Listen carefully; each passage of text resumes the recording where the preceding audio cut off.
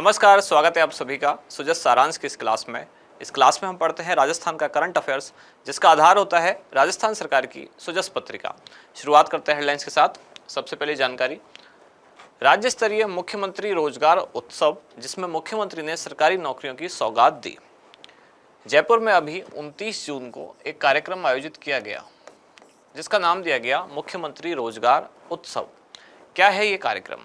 मुख्यमंत्री रोजगार उत्सव में दरअसल अभी जो नव नियुक्त कार्मिक हैं, राजकीय कर्मचारी जिनकी अभी अभी नौकरी लगी है, ऐसे लगभग 20,000 नव नियुक्त जो कर्मचारी हैं, इनको राज्य सरकार ने जयपुर में एक स्थान है मानसरोवर में, वहां बुलाया, टैगोर पब्लिक स्कूल, और वहां इस कार्यक्रम का आयोजन किया जिसको नाम दिया गया मुख्यमंत्री रोजगार उत्सव, जिसका उद्देश्य रोजगार का, या कह सकते हैं जिसका उद्देश्य है कि युवाओं में ये भावना पैदा करना कि सरकार उनके हित में काम कर रही है और उनके लिए लगातार रोजगार के अवसर सृजित कर रही है। इससे ही संबंधित जानकारियां जो आप फोटोग्राफ्स देख पा रहे हैं।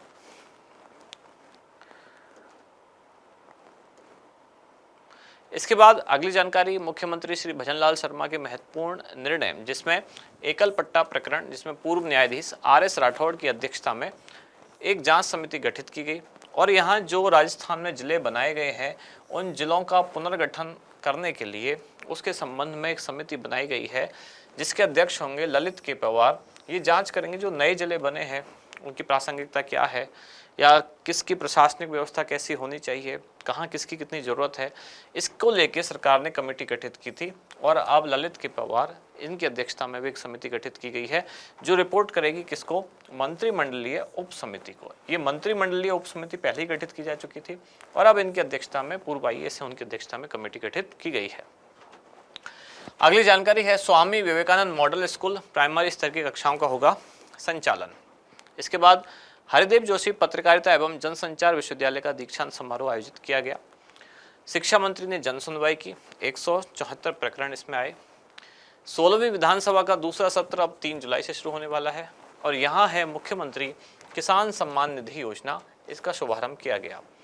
मुख्यमंत्री किसान सम्मान निधि योजना दरअसल PM किसान जो योजना है केंद्र सरकार की, उसमें ही 2,000 रुपये अतिरिक्त दिए जाएंगे राज्य सरकार के फंड के द्वारा, उसको नाम दिया गया है मुख्यमंत्री किसान सम्मान निधि योजना। फिर जानकारी है इसी से संबंधित, मुख्यमंत्री किसान सम्मान निधि योजना, इसका शुभारंभ किया गया मुख्यमंत्री द्वारा। टोंक जिले से इसका शुभारंभ किया, टोंक की कृषि उपज मंडी में इसका शुभारंभ किया गया। पहली किस्त के तौर पर लगभग 65 लाख से अधिक जो किसान हैं उनके खाते में 653 करोड़ रुपए ट्रांसफर इसमें किए गए हैं। ये उसी कार्यक्रम के कुछ फोटोग्राफ्स हैं। बढ़ी सम्मान निधि, खुशियों में इजाफा। अगली जानकारी है, चिकित्सा विभाग के 3 अभियानों का शुभारंभ। कौन कौन से 3 अभियान है? पहला है राष्ट्रीय पल्स पोलियो अभियान, दूसरा है मुख्यमंत्री स्टॉप डायरिया अभियान और तीसरा है आभा ID बनाओ अभियान। तीनों को आज डिटेल में देखेंगे। अगली जानकारी है, विद्या भारती प्रतिभा सम्मान समारोह में मुख्यमंत्री ने कहा कि राज्य सरकार प्रतिभाओं को तराश कर हर क्षेत्र में अग्रणी बनाने के लिए प्रयत्नशील है और यहाँ एक कार्यक्रम है जो केंद्र सरकार ने शुरू किया, इसका नाम है एक पेड़ माँ के नाम। अब हमारे इंडेक्स में 4 मुख्य जानकारियाँ आज हैं। कौन कौन सी हैं वो? पहली है मुख्यमंत्री रोजगार उत्सव, दूसरी है मुख्यमंत्री किसान सम्मान निधि योजना, एक योजना है प्रधानमंत्री किसान सम्मान निधि योजना, यहाँ हम देख रहे हैं मुख्यमंत्री किसान सम्मान निधि योजना। तीसरी जानकारी, चिकित्सा विभाग के 3 अभियानों का शुभारंभ किया गया। तीनों के नाम हमने देखे, उनको डिटेल में देखेंगे। और एक पेड़ माँ के नाम अभियान हम लास्ट में देखने वाले हैं। शुरुआत मुख्यमंत्री रोजगार उत्सव, जो कि 29 जून को जयपुर के मानसरोवर में स्थित टैगोर इंटरनेशनल स्कूल में आयोजित किया गया, जिसमें राज्य सरकार ने नव नियुक्त राजकीय कर्मचारियों को आमंत्रित किया। इस तरह से इसमें लगभग 20,000 के आसपास राजकीय कर्मचारी शामिल हुए। अब सवाल उठता है कि इस तरह के आयोजन की आवश्यकता क्या है, यानी इसका उद्देश्य क्या है? उद्देश्य है रोजगार का, युवाओं में ये भावना विकसित करना कि सरकार उनके हित में काम कर रही है और उनके लिए रोजगार लगातार सृजित कर रही है। अगली जानकारी है मुख्यमंत्री किसान सम्मान निधि योजना। अभी अभी मुख्यमंत्री द्वारा टोंक जिले के कृषि उपज मंडी प्रांगण से इस योजना का शुभारंभ किया गया। योजना शुरू हुई है कब? 30 जून 2024 से। अब इस तरह की एक योजना केंद्र सरकार की संचालित है जिसका नाम है PM किसान यानी कि प्रधानमंत्री किसान सम्मान निधि योजना। इस योजना में केंद्र सरकार 8,000 रुपये की सहायता राशि एक साल में देती है। 6,000 रुपये की, 8 नहीं, केंद्र सरकार द्वारा 6,000 रुपये की सहायता राशि एक साल में और 3 किस्तों में। और ये एक किस्त कितने की होगी?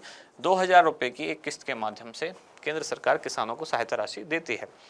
अब राजस्थान सरकार ने फैसला किया कि राजस्थान सरकार और 2,000 अतिरिक्त रुपये उन्हें देगी। अब ये जो 2,000 अतिरिक्त रुपये राजस्थान सरकार द्वारा दिए जा रहे हैं, इसके लिए जो योजना लाई गई है उसका नाम है मुख्यमंत्री किसान सम्मान निधि योजना। ये जो अतिरिक्त 2,000 रुपये की राशि है ये भी 3 किस्तों में दी जाएगी। अब वहाँ जो 6,000 रुपये की राशि थी वो तो 3 समान किस्तों में दी जाती है, 2-2 हज़ार की 3 किस्त। यहाँ जो 2,000 रुपये की राशि है ये 3 समान किस्तों में नहीं है। इसमें पहली किस्त तो 1,000 रुपये है, लेकिन बाद की दूसरी और तीसरी जो किस्त की राशि है वो है 500 रुपये। ये डायरेक्ट बेनिफिट ट्रांसफ़र के माध्यम से किसानों के खाते में, बैंक अकाउंट में भेजी जाएगी। अब राजस्थान में पहली किस्त में लगभग 65 लाख से अधिक किसानों के खातों में 653 करोड़ रुपए जमा किए गए। और इसी कार्यक्रम के दौरान यानी टोंक में जो आयोजित हुआ, मुख्यमंत्री ने राज्य सहकार व्यक्तिगत दुर्घटना बीमा योजना की सहायता राशि के भी चेक वितरित किए। अगली जानकारी है चिकित्सा विभाग के 3 अभियानों का शुभारंभ। तीनों अभियान शुरू हुए हैं 30 जून को, तो तीनों एक ही विभाग यानी चिकित्सा विभाग के अभियान है। पहला अभियान है इसमें राष्ट्रीय पल्स पोलियो अभियान।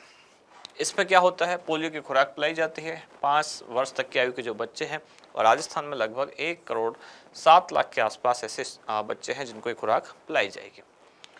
राजस्थान में कुल 62,500 से अधिक बूथ बनाए गए। बूथ पर पोलियो पिलाया जाएगा रविवार को, और उसके अलावा अगले 2 दिन घर घर जाकर भी पोलियो की दवाई पिलाई जाएगी। चिकित्सा विभाग का दूसरा अभियान जो अभी शुरू किया गया उसका नाम है स्टॉप डायरिया। डायरिया को रोकने के लिए, अच्छा इसमें हाँ ये थोड़ी हेडिंग गलत लिखी हुई है,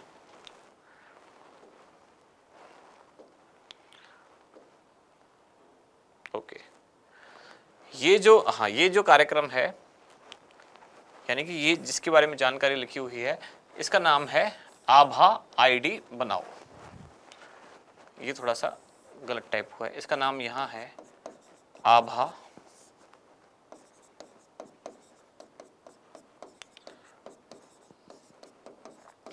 आईडी बनाओ अभियान। आभा आईडी बनाओ अभियान क्या है, यानी कि इसमें लोगों की एक आईडी बनाई जाएगी, ऐसी आईडी जिसमें उनकी जो भी बीमारी से संबंधित जानकारी है उसका लेखा जोखा उसमें हो। ये 14 अंकों की एक आईडी उनकी सृजित की जाएगी, बनाई जाएगी। और यहाँ आभा की फुल फॉर्म है आयुष्मान भारत हेल्थ अकाउंट। इसके माध्यम से आम जनता के लिए सरल और सुगम किसी भी स्वास्थ्य सेवा प्रदाता से अपने पुराने रिकॉर्ड वो साझा कर सकें, बता सकें कि मेरा बैकग्राउंड क्या है, यानी कि कोई मेडिकल हिस्ट्री है या नहीं, पहले कोई बीमारी हुई थी या नहीं, वो सारा जो उसको डेटा है एक आईडी बनाकर उस पर सुरक्षित किया जा सके। उसको नाम दिया गया है आभा आईडी। ये 14 अंकों की एक आईडी होगी। और जो यहाँ लिखा हुआ नहीं है, पहले एक बार ये टॉपिक पूरा कर लेते हैं। और ये आभा आईडी अगले 2 माह तक अब शुरू हो चुकी है, जुलाई से लेकर, यानी जुलाई और अगस्त तक, अगले 2 माह तक जो स्वास्थ्य विभाग के कर्मचारी हैं दूर दराज के क्षेत्रों में पहुंचकर ये आभा आईडी बनाएंगे। और जो तीसरी जानकारी थी, यानी कि जो यहाँ मिसिंग है, मुख्यमंत्री स्टॉप डायरिया अभियान। तो नाम से पता चल रहा है डायरिया को रोकने के लिए ये अभियान शुरू किया गया। जो हमने चिकित्सा विभाग के 3 अभियान देखे थे, इनमें से एक है मुख्यमंत्री स्टॉप डायरिया अभियान। क्या है ये अभियान और ये कब शुरू हुआ? ये भी 1 जुलाई से शुरू होकर 31 अगस्त तक संचालित होगा, जिसमें 5 साल तक की जो आयु के बच्चे हैं उनमें डायरिया के कारण जो होने वाली मौतें हैं उनमें कमी लाने के लिए इस अभियान को शुरू किया गया है।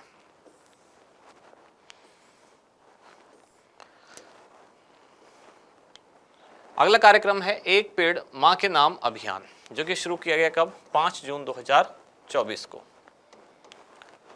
नई दिल्ली में बुद्ध जयंती पार्क से इसकी शुरुआत हुई 5 जून 2024 से। प्रधानमंत्री नरेंद्र मोदी द्वारा पीपल का पेड़ लगाकर ये कार्यक्रम शुरू किया गया। 5 जून विश्व पर्यावरण दिवस पर ये कार्यक्रम शुरू किया गया। लेकिन राजस्थान में इसकी शुरुआत हुई 23 जून 2024 को और मुख्यमंत्री ने बेल का पेड़ लगाकर इस कार्यक्रम की शुरुआत की। अब है आज का अभ्यास प्रश्न। आभा आईडी बनाओ अभियान का संचालन निम्नलिखित में से किस विभाग द्वारा किया जा रहा है? आपके ऑप्शन है चिकित्सा विभाग, स्वास्थ्य विभाग, सामाजिक न्याय एवं अधिकारिता विभाग या फिर पंचायती राज विभाग। क्या होगा इसका सही उत्तर वो आप बताएं कमेंट्स में। अब मिलते हैं कल अगली न्यूज़ के साथ अगली क्लास में। धन्यवाद।